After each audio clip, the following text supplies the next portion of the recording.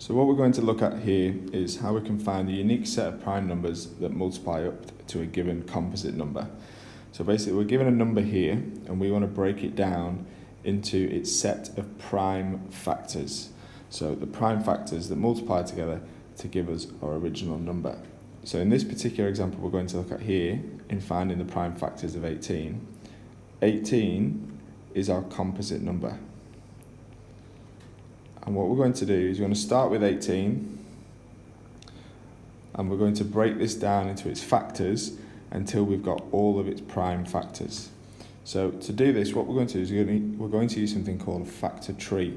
And a factor tree starts with the original number and then we draw in branches like so. And what we do is we write down two factors that multiply together to give 18. So we do have a few choices here. The choices we've got are 1 and 18. However, we're not going to use that because that would just lead us back to having the same number that we started with. We could use 2 and 9. We could also use 3 and 6. What we'll do on this occasion is we'll choose to use 2 and 9. So it doesn't matter which pair we use, we'd still get the same answer irrespective. So what we've done here is we've broken down 18 into its two factors, so 2 and 9, because 2 times 9 gives us 18. What we now do is we circle any of those factors that are prime. So because 2 is prime, we're going to highlight that because we can't break that number down anymore because it's a prime number. What we now do is we look at the other factor, which is 9, and we do the same thing. We draw in our branches and we write down the two factors of 9 that multiply together to give 9. So on this occasion, these two factors are 3 and 3, because 3 times 3 equals 9. Again, our other option is 1 times 9, but just like before with 18, if we choose 1 and 9, that's not going to help us because we're going to end up back with the number that we started with. So again, what we're going to do now that we've broken that down is we're going to highlight or circle any prime numbers there.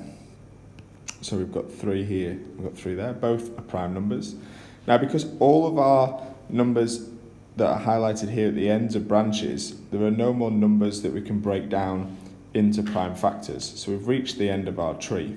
And what this tells us is that we now have all of our prime factors of 18. So what we can do here is we can say, well, 18 is equal to, and then we can list the prime factors. So we'll start here with 2, so it's equal to 2 times 3 times 3. And using what we've done with index notation, we can simplify this.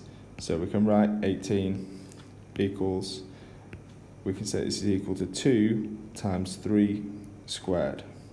And what we've done here is we've met our objective, which is to find the unique set of prime numbers that multiply up to a given composite number. So what we've got here is we've got that 18 is equal to 2 times 3 squared. 18, remember, was our composite number. And 2 times 3 squared are our prime factors.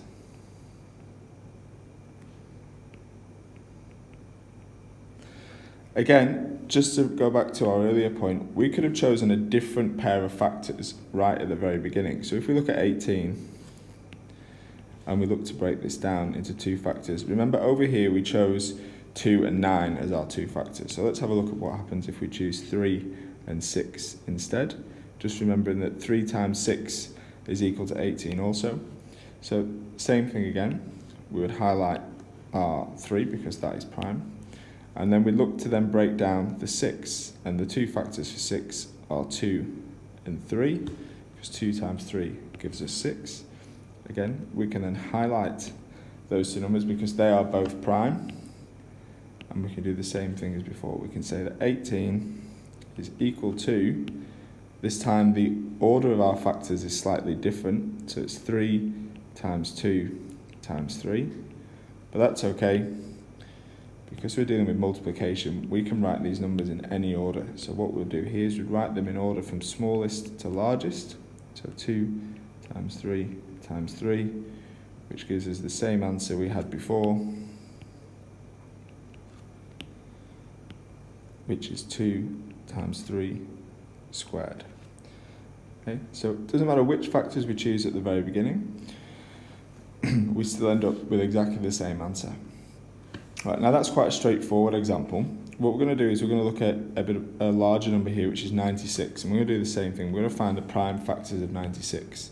Now, 96 has quite a few factors, and the work that we've done previously with divisibility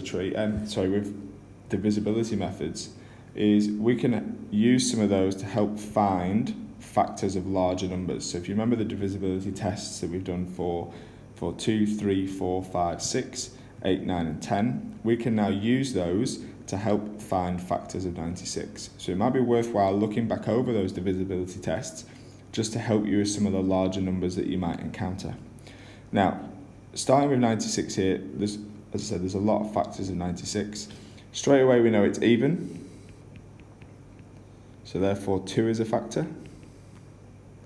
So we could always use 2 if we wanted to as our factor here, and we know that 2 times 48 equals 96. Another option that we've got here is that we could use 3. If we add 9 and 6 together, that gives us 15, and 15 divides by 3. So we can use 3 if we wanted to. So 3 is also a factor. We're just going to, because it's even, we'll use 2 and 48 because it's a little bit easier. So we'll start with 96. And we'll break this down. So 96 is equal to 2 and 48. Right, and again, what we'll do is we'll just highlight the 2 there because it is prime. Now, 48 has quite a few factors again. What I'm going to do here is I'm just going to use 4 and 12, because 4 times 12 equals 48, just to highlight something different that you might encounter when using prime factor trees. So we're going to break this down. 48, there are 2 branches, and we're going to have 4 and 12. Now, neither of those are prime, so this is a little bit different to what we've encountered in the past. So I'm not going to highlight either of those numbers because neither of them are prime. But what we do now is we look at the 4 and we draw in 2 branches. And again, 2 factors of 4 is 2 and 2, because 2 times 2 is 4. They are both prime, so we'll now highlight those. And we do the same thing for 12. So what we're going to do here is we're going to we've got different options for 12. We could have 2 and 6. We could have 4 and 3. On this occasion, I'm going to go with 4 and 3. So draw our 2 branches in. Again, 3 is prime, so I'll highlight 3 there. 4, however, is not prime, so again, we're going to draw our 2 branches in for 4 and then have our 2 factors, which is 2 and 2. Now, they are both prime, so we can highlight those. Now, what we've done here again is we have shown that 96, which is our composite number, is equal to, and then what we do is we can list all of our prime factors multiplied together. So we start up here, so 2 times 2 times 2 times 3, so times 2 times 2 times 3, and then finally times 2 and times 2. Now you notice these aren't quite in order because we've got this 3 just here almost in the middle of our numbers. So again, what we're going to do is the same as before. We're going to write these in numerical order, making sure we carry down the same amount of 2's as we have in the first line. So we've got 2 times 2 times 2 times 2 times 2 times 3.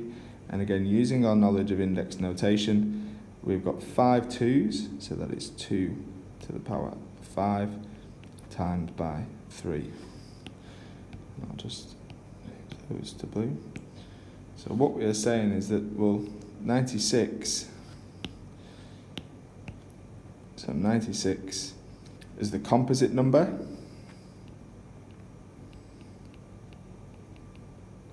and what we've done is we've written 96 as a product of its prime factors, and these here are its prime factors. Okay, so now your task, once you've watched this video, is go back over and have another look at it if there's a few bits that you're unsure. Ask your teacher for a bit of guidance if there's something that you're unsure about as well.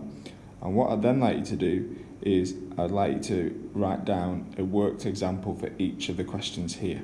So that means, because it's a worked example, you need to include any information in terms of how you go through these various steps to get to our answers. Right? And that's how we find the unique set of prime numbers that multiply to a given composite number.